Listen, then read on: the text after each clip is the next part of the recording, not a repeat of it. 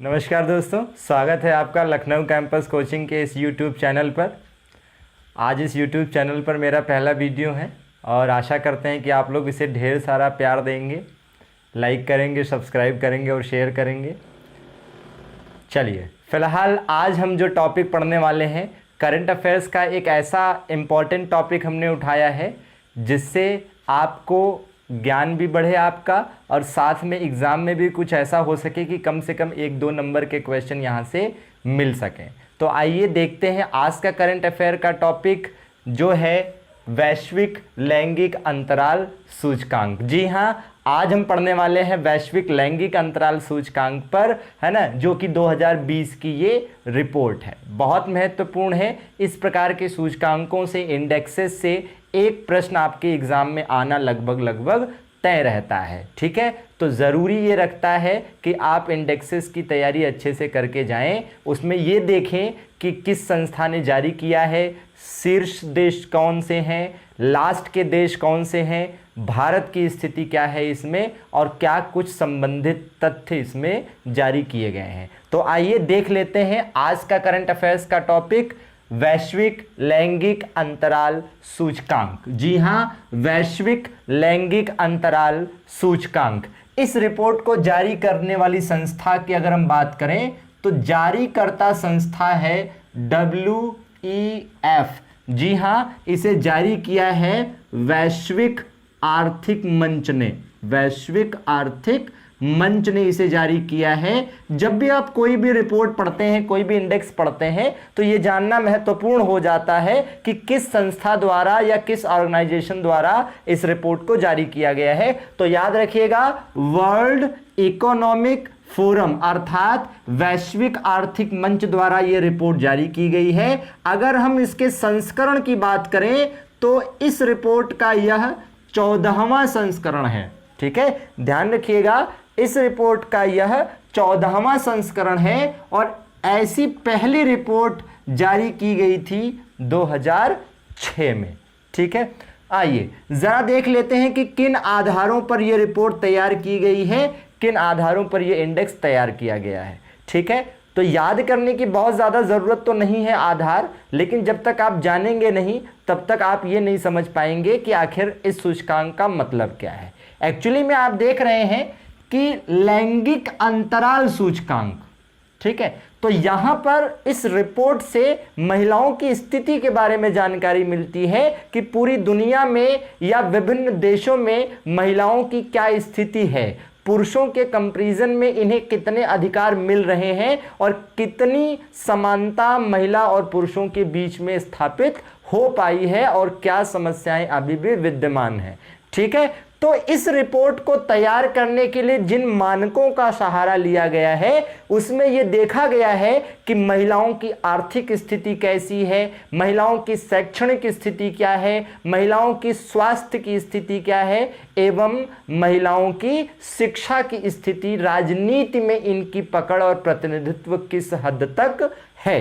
ठीक है, तो शिक्षा, राजनीति, आर्थिक स्थिति और स्वास्थ्य की स्थिति के आधार पर महिलाओं की पुरुषों से, है ना, समानता या यूं कह लीजिए कि इस लैंगिक समानता सूचकांक या इस लैंगिक अंतराल सूचकांक को तैयार किया गया है। ठीक है, तो बहुत बेहतरीन मानकों के आधार पर तैयार किया गया है और ऐसे में हम पाते हैं कि इसमें जो शीर्ष स्थान प्राप्त करने वाला देश है वो है आइसलैंड। जी हाँ, है ना, इस रैंकिंग में, इस सूचकांक में जो प्रथम स्थान प्राप्त करता देश है वो आइसलैंड है। मतलब सीधे तौर पर, साफ तौर पर स्पष्ट है कि आइसलैंड में पूरे दुनिया में महिलाओं की स्थिति सबसे बेहतर है। आइसलैंड एक ऐसा देश है जहां पर महिलाओं की स्थिति सबसे अच्छी है। इसके बाद कौन सा देश आता है? इसके बाद आता है नॉर्वे।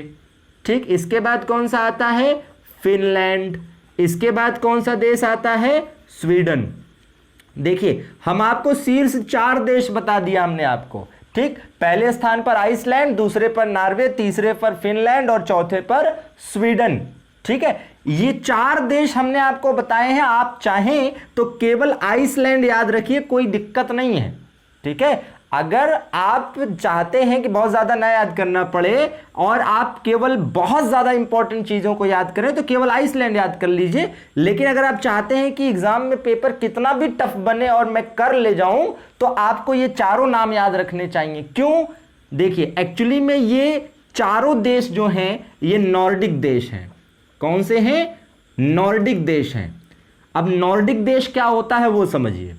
दरअसल में ये नॉर्वे, स्वीडन और फिनलैंड, देखिएगा नॉर्वे, स्वीडन और फिनलैंड, है ना, नॉर्वे, स्वीडन और फिनलैंड, ये तीनों देश यूरोप के हैं और यूरोप में एक प्रायद्वीप पड़ता है और उस प्रायद्वीप का नाम है स्कैंडिनेविया, है ना, स्कैंडिनेविया। तो यूरोप की स्कैंडिनेविया प्रायद्वीप पर स्थित है ये तीनों देश। और आइसलैंड जो है एक द्वीपीय देश है जो कि यूरोप में ही पड़ता है। इसके अलावा यूरोप के ही जूटलैंड प्रायद्वीप, किस प्रायद्वीप पर? जूटलैंड प्रायद्वीप पर एक देश स्थित है जिसका नाम है डेनमार्क। ठीक है।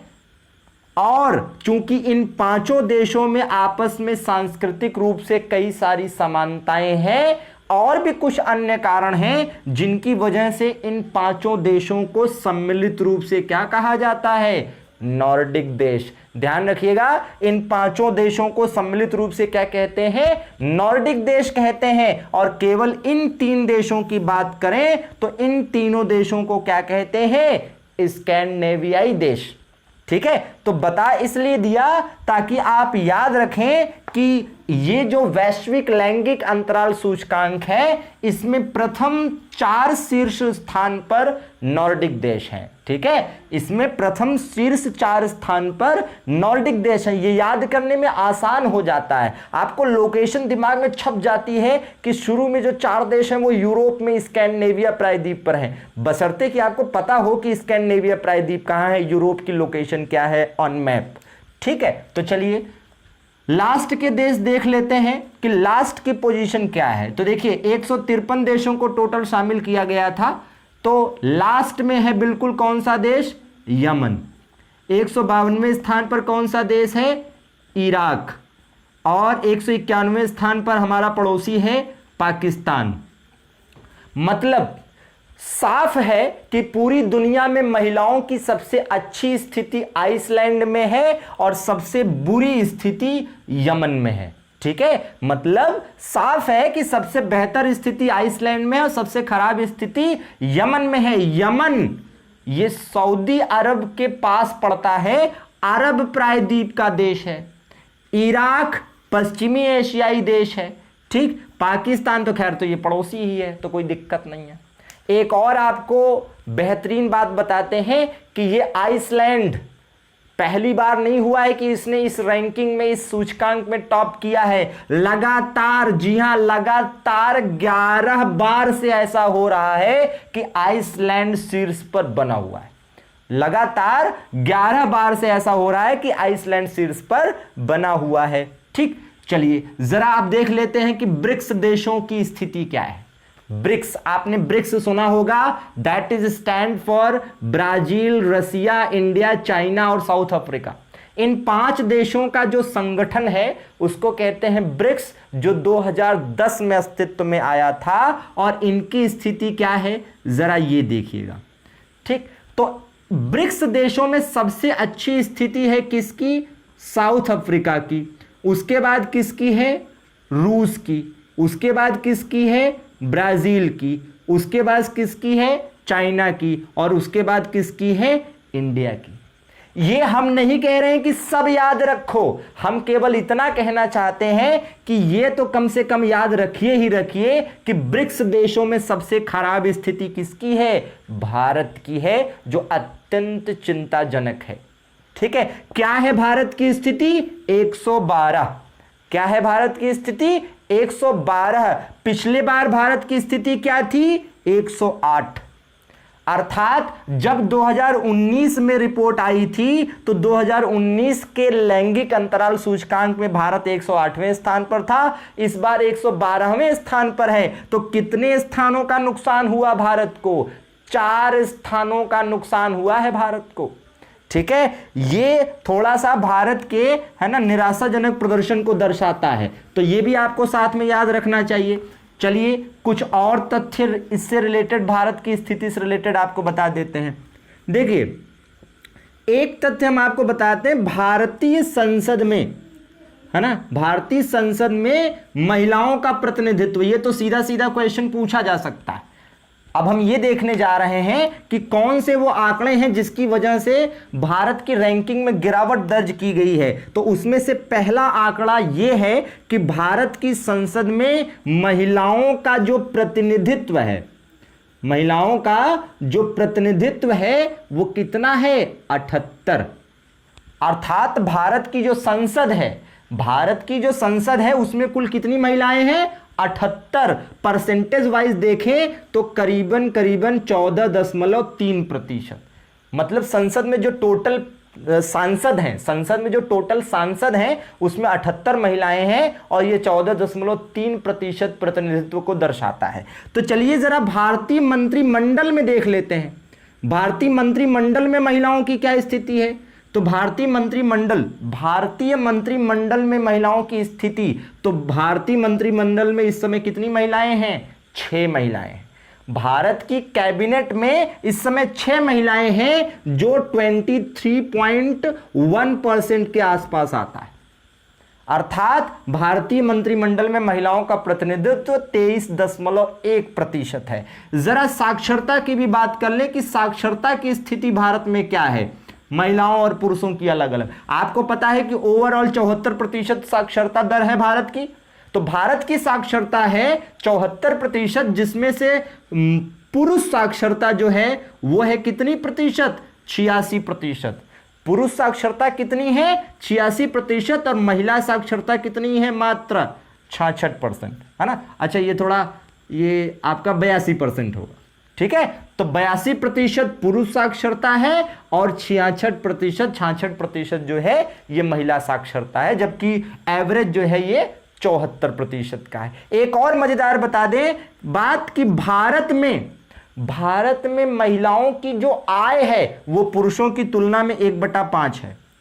मतलब अगर महिलाओं की आय को हम 1 माने तो पुरुषों की आय 5 है, ठीक है। यह भी एक स्पष्ट आंकड़ा है। और श्रम बाजार की बात करें, श्रम बाजार, ठीक है, श्रम बाजार में जो महिलाओं का है ना प्रतिनिधित्व है, जो स्थिति है, तो पुरुषों का योगदान श्रम बाजार में लगभग 80% है और महिलाओं का लगभग 20% है, ठीक है। उसी आधार पर यह आंकड़ा भी निकलकर सामने आता है कि महिलाओं की आय पुरुषों की तुलना में 1/5 है। तो आज के इस सेशन में, आज के इस वीडियो के माध्यम से आपने ये जाना कि वैश्विक लैंगिक अंतराल सूचकांक, जो कि वैश्विक आर्थिक मंच द्वारा जारी किया जाता है, इसमें सबसे बेहतर स्थिति आइसलैंड की और सबसे खराब स्थिति यमन की है। भारत की स्थिति भी कुछ खास अच्छी नहीं है और काफी चिंताजनक बनी हुई है। इस क्षेत्र में भारत सरकार को काम करने की आवश्यकता है, ठीक है। तो चलिए आज के सेशन में बस इतना ही। इस वीडियो को लाइक, सब्सक्राइब और शेयर कर दीजिएगा, ठीक है। फिर मुलाकात होगी अगले वीडियो के साथ, एक नए करंट अफेयर्स के टॉपिक के साथ। तब तक के लिए धन्यवाद।